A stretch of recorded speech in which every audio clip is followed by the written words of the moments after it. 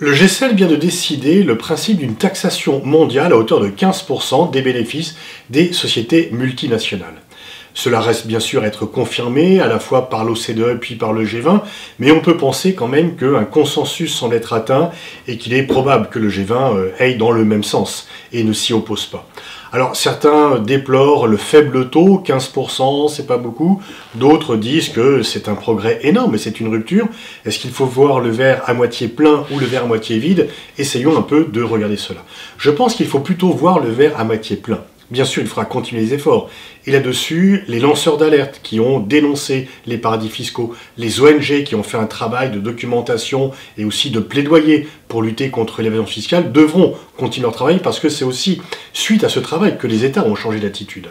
Mais donc le fait que l'on crée un impôt au niveau mondial de 15% sur les bénéfices est une nouvelle extrêmement importante, radicale. C'est un changement de paradigme puisque cela met fin à 4 décennies de concurrence fiscale. Pendant 4 décennies, depuis les années Reagan, et notamment à l'instigation et sous l'impulsion des États-Unis, les pays se sont lancés dans une concurrence fiscale, c'est à qui offrirait finalement la plus grande possibilité d'évasion fiscale.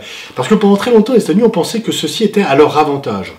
Et que si leur propre multinationale échappait à l'impôt, certes cela rendait l'État américain un peu impécunieux et moins riche, mais que finalement, par la théorie du ruissellement, cela bénéficierait à l'ensemble des États-Unis et à l'ensemble des citoyens américains.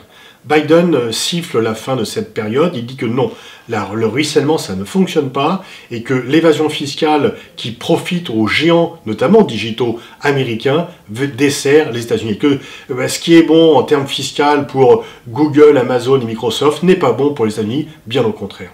Et à partir du moment où les États-Unis mettent fin à cela, il est difficile pour les autres pays de résister. La France, depuis longtemps, depuis 2-3 ans, avait lancé le débat. Et lorsque la France avait dit qu'elle allait taxer les géants digitaux qui font d'énormes bénéfices sans payer d'impôts, les États-Unis de Trump s'y étaient opposés. Il avait menacé la France de sanctions. Et on voit que, alors que Trump s'opposait sur bien des points aux géants digitaux et aux sociétés numériques, en fait, il allait les défendre. C'est Biden qui était supposé être plus proche d'eux, qui va les atteindre, les toucher au portefeuille. Pourquoi Biden fait ce changement? Parce qu'il a besoin d'argent.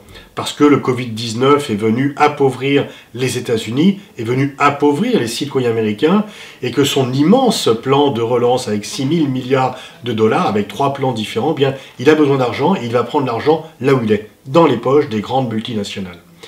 On a appris récemment qu'une société américaine basée en Irlande avait fait 315 milliards de bénéfices sans payer un impôt dessus. La fortune de Jeff Bezos, le patron d'Amazon, s'est accrue de 80 milliards de dollars l'an dernier, à cause du fait du Covid-19. Donc on voit bien que dans le duel qu'il y avait entre les États et les géants du digital, les géants du numérique, les multinationales, les États avaient sans cesse reculé. Or, les États représentent les peuples.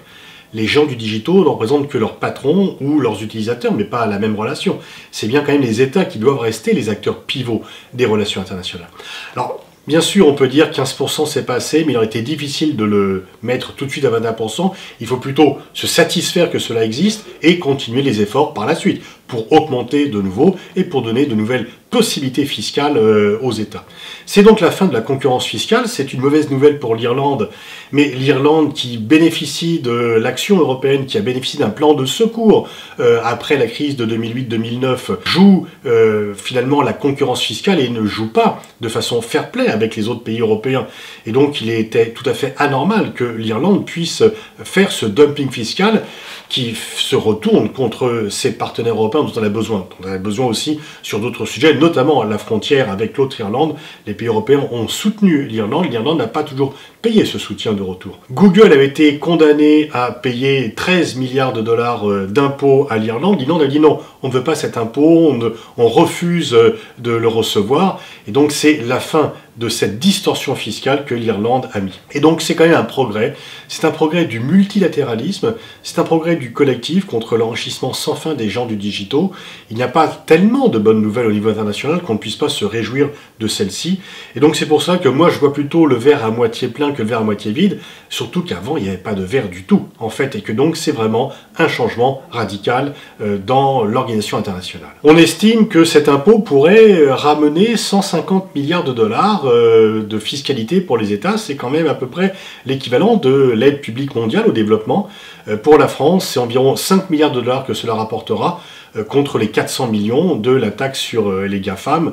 Donc on voit que c'est quand même avantageux. Dans la lutte contre l'évasion fiscale, dans la lutte pour le rétablissement des finances publiques qui sont nécessaires pour développer à la fois les programmes sociaux et les infrastructures, eh bien c'est vraiment une excellente nouvelle que l'on puisse imposer cette taxation à 15%.